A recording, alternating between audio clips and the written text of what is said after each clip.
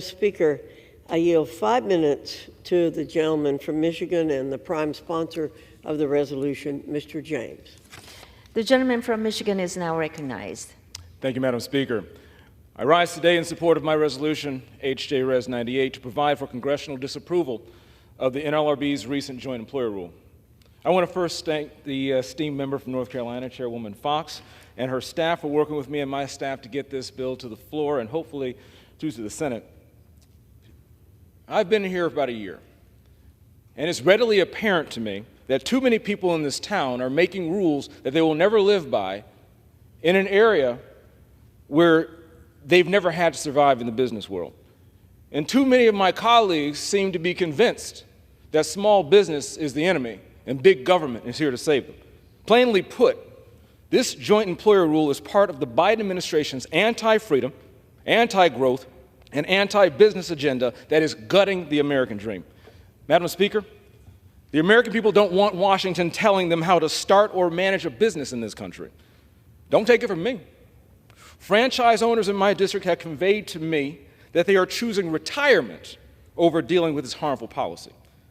They want the chance to create a better life for their families and their employees' families and not be controlled by out-of-control bureaucrats at the NLRB. We already have the right to collectively bargain in this country, but this rule goes too far. This is the most glaring evidence yet that capitalism and choice are threats to this administration's socialist America Last agenda. When this regulation was enacted under the Obama administration, it cost franchise businesses $33.3 billion per year. According to the International Franchise Association, around 26% of businesses are owned by people of color, compared with 17% of independent businesses generally. Madam Speaker, I fear this harmful rule will lead to job losses, increase of cost of living for Americans already suffering, few American dreams being realized as well. You know, it burns me up when I hear politicians talk about creating jobs. Politicians can't create jobs, but they sure can kill them. That is what this regulation does. Bureaucrats don't create jobs, businesses create jobs. But Republicans aim to make policy that will not only result in more jobs, but more job creators. These job creators, these entrepreneurs, these franchisees, these independent contractors create good paying jobs and give people opportunity to succeed. And overturning this joint employer rule is just the first step in the right direction.